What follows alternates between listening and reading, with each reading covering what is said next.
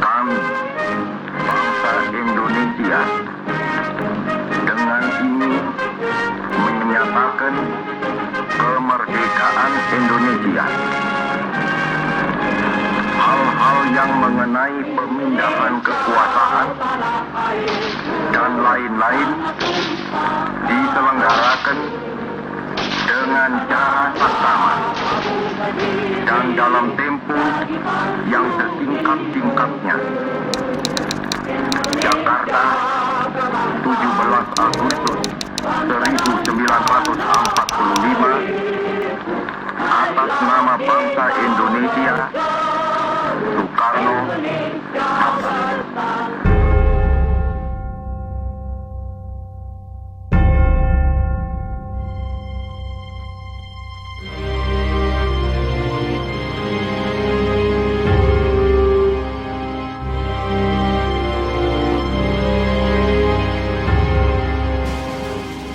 Ini para pahlawan-pahlawan yang telah gugur selama perjuangan.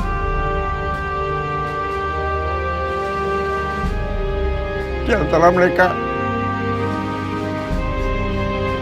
adalah teman-teman kakek.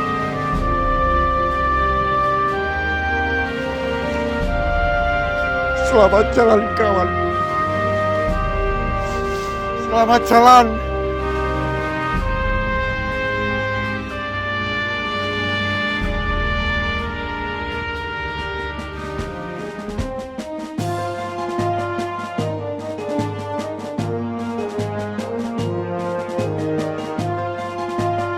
Monumen Jogja Kembali merupakan salah satu monumen yang mengabadikan sejarah perjuangan di Indonesia. Monumen ini terletak di Dusun Jongkang, Sariharjo, Ngaglik, Sleman, Yogyakarta. Monumen Jogja Kembali dibangun pada tanggal 29 Juni 1985. Peletakan batu pertama dilakukan oleh Sri Sultan Hamengkubuwono ke-9 dan Sri Paduka Paku Alam ke-8 dan baru diresmikan pada tanggal 5 Juli 1989.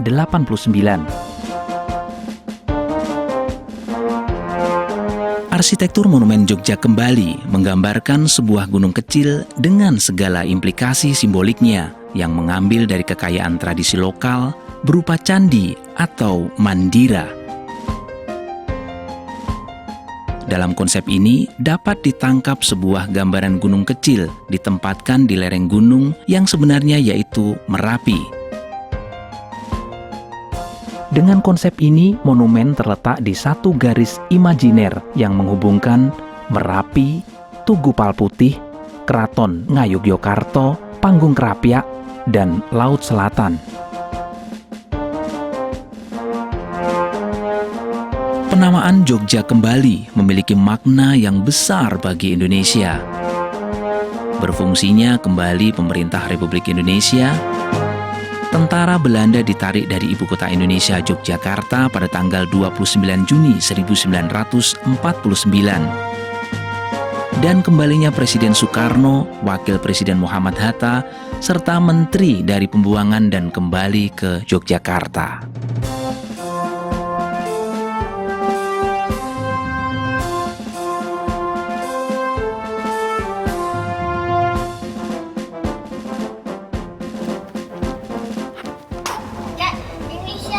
Iya, tapi yang jangan ditarik-tarik. Yang kan sudah tua, menggeh-menggeh nih. Ini adalah Panglima Besar Jenderal Sudirman. Beliau adalah pahlawan kemerdekaan. Sebagai generasi penerus, kamu harus seperti Jenderal Sudirman. Punya semangat untuk berjuang. Ngerti? Mari kita lihat ke sana lagi.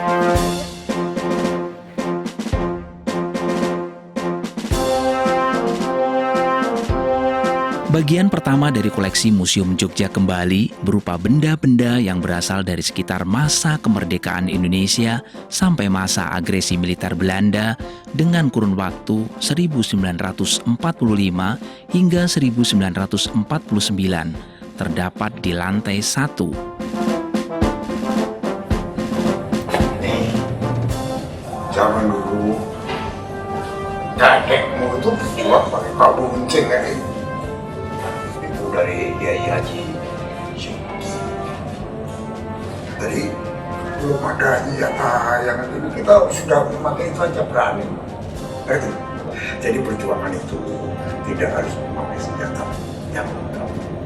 Cukup dengan bambu runcing, mereka lari terbirit-birit. Ayo kita ke sana sekarang.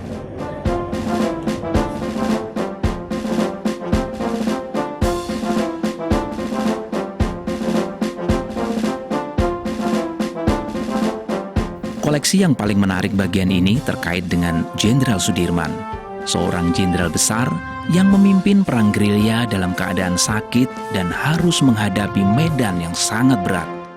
Namun hal itu tidak mengurangi semangat Jenderal Sudirman untuk memimpin pasukan menghadapi Belanda. Salah satu tandu asli yang digunakan semasa perang gerilya dihadirkan dengan utuh di bagian ini. Selain tandu, koleksi lain diantaranya dokar dan meja yang pernah digunakan Jenderal Sudirman.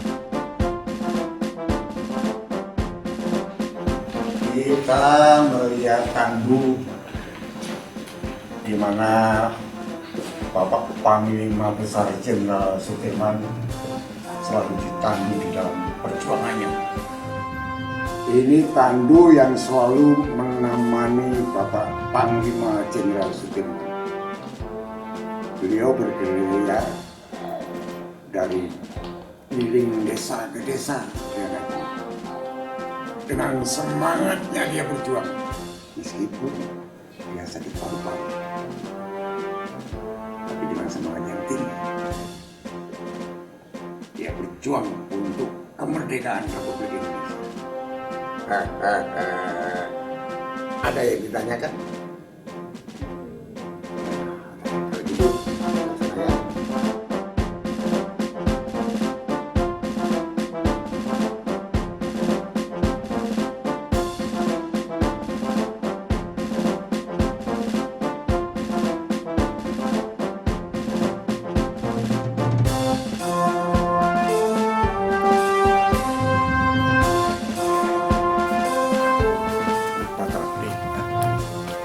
Jangan takut loh.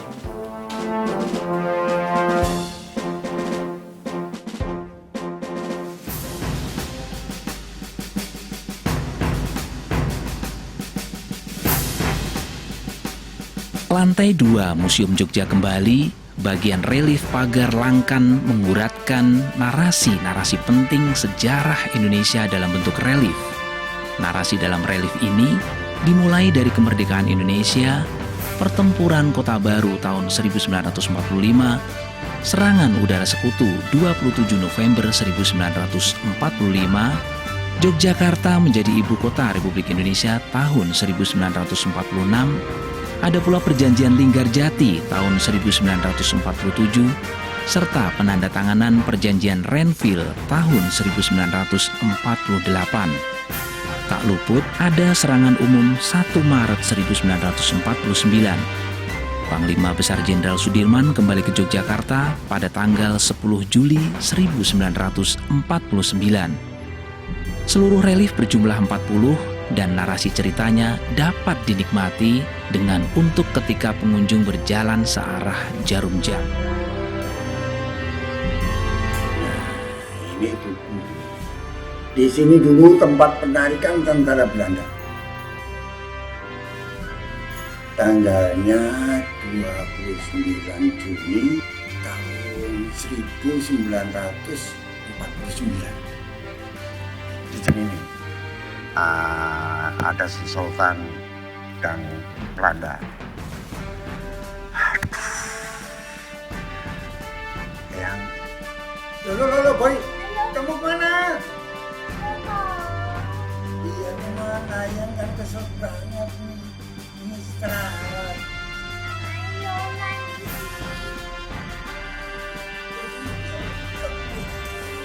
Sebentar juga. Aduh.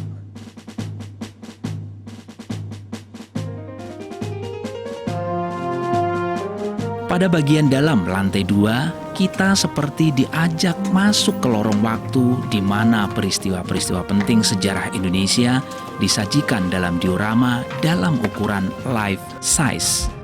Beribu kali Belanda melancarkan siasat licik. Beribu kali Belanda berusaha menancapkan kembali kuku-kuku penjajahannya. Meski kemerdekaan Diorama-diorama tersebut menyajikan bentuk perjuangan fisik dan diplomasi pemimpin-pemimpin perjuangan Indonesia. Nah, kalau ini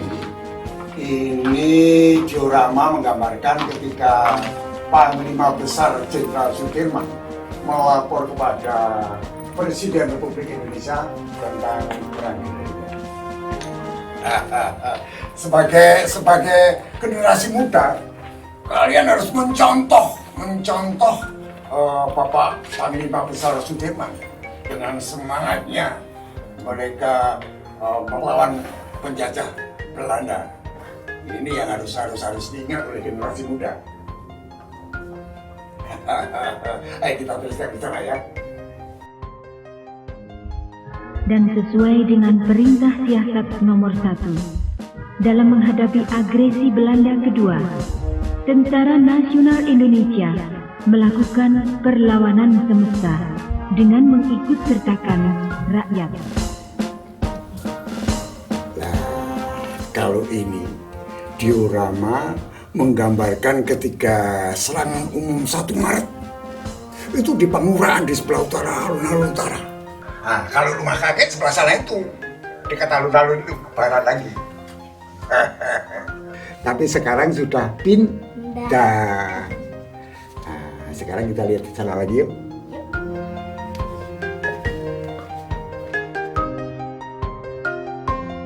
Nah, di sini tempat pertemuan Panglima Besar Jenderal Sudirman ketika kembali di Yogyakarta. Kak, semuanya di ruangan ini tuh namanya siapa aja? Yang pakai jas panjang itu Panglima Besar Jenderal Sudirman. Yang sebelah sini Wakil Presiden Muhammad Hatta.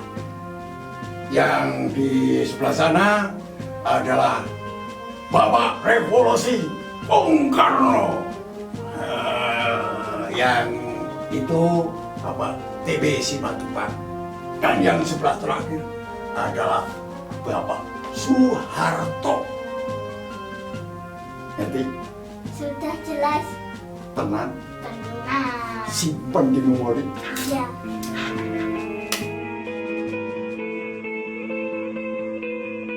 Perjuangan untuk mencapai kemerdekaan Indonesia bukan pekerjaan yang mudah. Perjuangan secara fisik dan diplomasi untuk mencapai cita-cita kemerdekaan telah mengorbankan begitu banyak darah dan air mata rakyat Indonesia saat itu. Sudah selayaknya anugerah kemerdekaan ini kita syukuri dan pahlawan-pahlawan yang sudah berjuang kita doakan serta kita kenang jasa-jasanya. Marilah kita mengeningkan cipta sebentar untuk mendoakan para pahlawan bangsa agar diterima di sisinya. Mengeningkan cipta mulai.